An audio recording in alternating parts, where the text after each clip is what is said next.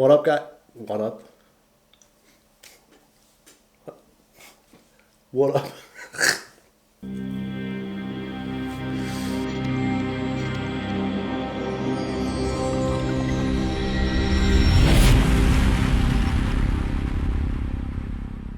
What's up, guys? Welcome back to yet another video. Today, a fairly short one, and this fly is actually banned. So the caption is definitely right. Let me tell you real quick. This little maggot pattern. Let me hold one up here. I was fishing at the local trout lake, or not so local. It's like a 15-minute drive from here, so I guess it's local.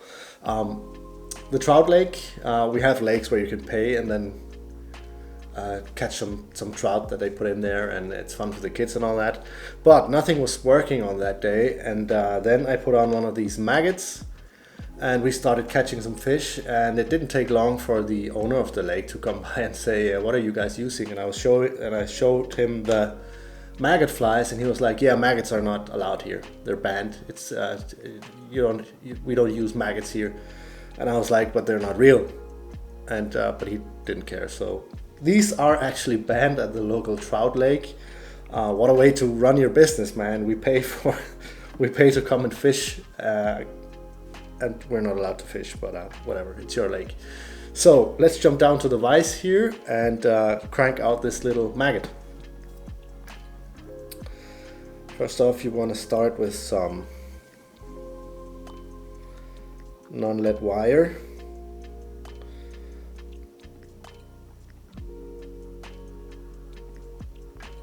And get that on the shank. Break that off. Let's see, one more turn in here.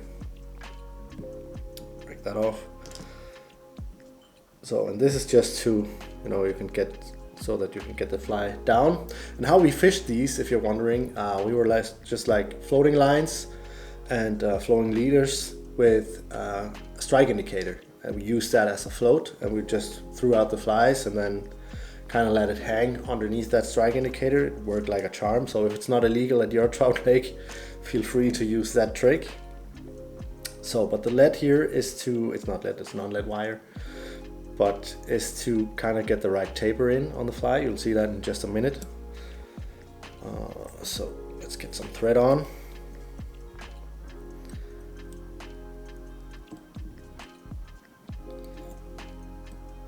Get a nice thread base going here. Break that off. And I like to just, coat this, cover this with thread. And this fly is also dirt cheap to make because I'm using rubber band, just a regular rubber band to make the body. See that?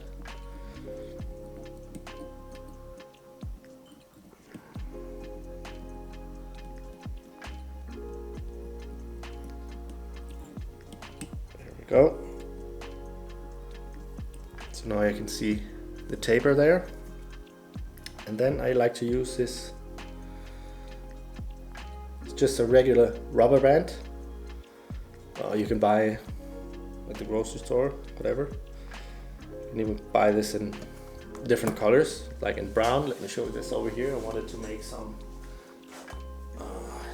Please don't pay attention to my office. It's like a bomb went off in here. But making flies, editing photos, building watches, a lot of stuff. A laser engraver, a lot of stuff going on in here. I just picked these up yesterday.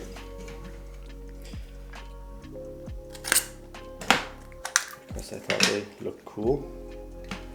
So, same rubber band, right? But these are chartreuse. So, I guess I could make some really cool green maggots or something else with it. So cut your rubber band a little tip there, or into a point. Makes it easier to tie in. And it will also start the fly the right way regarding to the taper. So pull this a little bit when you tie it in. And then just tie all the way down here. Cover this up. Clean it up just a little bit. Let's get a rib. And I'm just using a 0.26 fluorocarbon. But I guess you could take one in brown or whatever you want to kind of pip this up. I'm just going to keep everything nice and simple for this one here. So get that rib all the way down to the tie-in point there. Just cover this all up with your tying thread. Remember to stop like 1 or 2 millimeters from the hook eye, so you have enough room for the head. And then just start off by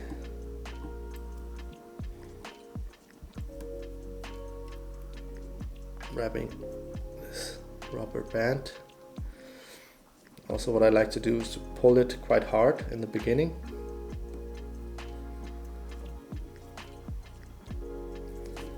And then just loosen up those turns as you go, which will also help with the taper. So right around here on the middle of the fly, you'll get a nice thick body. Way here. That rib is quite annoying. Come on. So, and when you come to the last third of the fly, start pulling it again. And here you can see you'll get that nice tapered finish. Catch that with your thread. Get some wraps in here, in the front and in the back, and then here just pull this up and cut it, and that will pull in that rubber band underneath the thread, so you can get a nice finish here. Then just clean that up. Thread I'm using is a brown one from Uni, which you will not see that often, but I want this fly to have a dark head, so it looks more like a maggot. You can see it here. This is already looking so disgusting. I mean, maggots are probably one of the most disgusting animals. Insects. Aminal.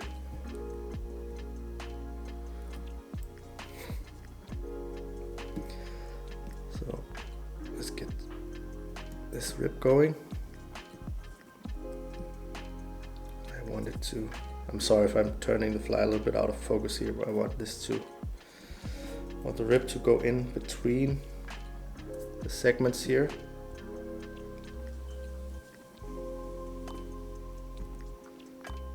Like this.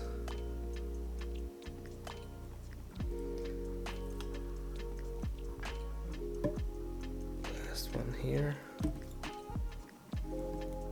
That.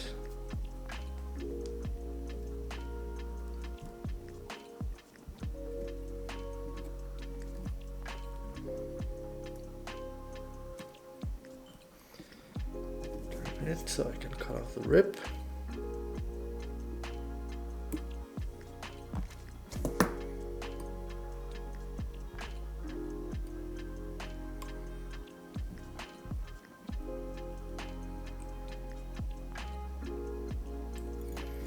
A little bit finishing,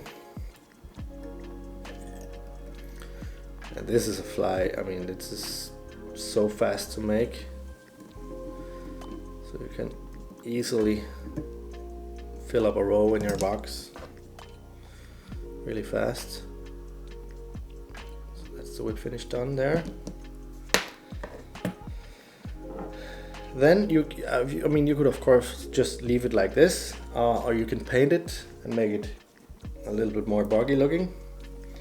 So I have a few here that I made. This is like a brownish back to it. And what you do, you just take your permanent marker or whatever you have lying around. This is one of these fancy ones, which I rarely use. You can just run it over the top half of your fly here.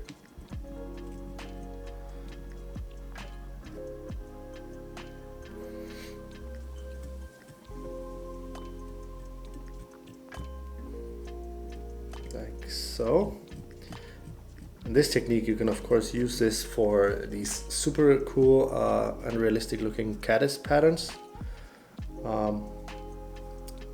Let me know down in the comments if you want me to make some of those. Maybe with the green rubber band. I guess I could do that if you'd be interested in that. So that's the back color, and then you could just run your finger over it like this, so it doesn't look that painted. There you go.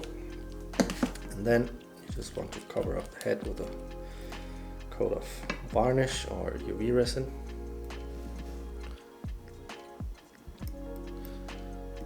To make it more durable, and it also gives an impression of that crunchy head of the maggot. And that there is one finished maggot for you. So thank you guys so much for watching. This was a fairly short one. If you haven't subscribed to my channel already, please make sure you do that.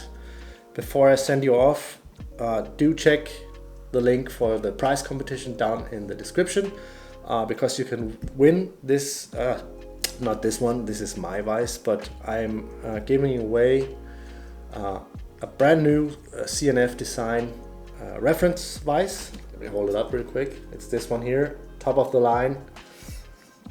It has magnetic jaws, so I can show that real quick here.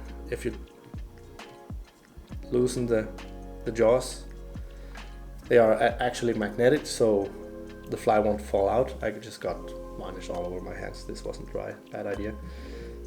But the hook won't fall out, which is kind of a nice feature. It has a lot of other cool features, which I will be showing in a video a little later next week, because I kind of want to compare this vise to all the other ones. I got a Regal, I got a Rensetti and all that, and I get a lot of questions regarding vices. But for the meantime, check out the prize competition. You can get this for just $1, okay, if you're lucky enough. So check it out. Thank you guys for watching, and I will see you guys on Sunday maybe.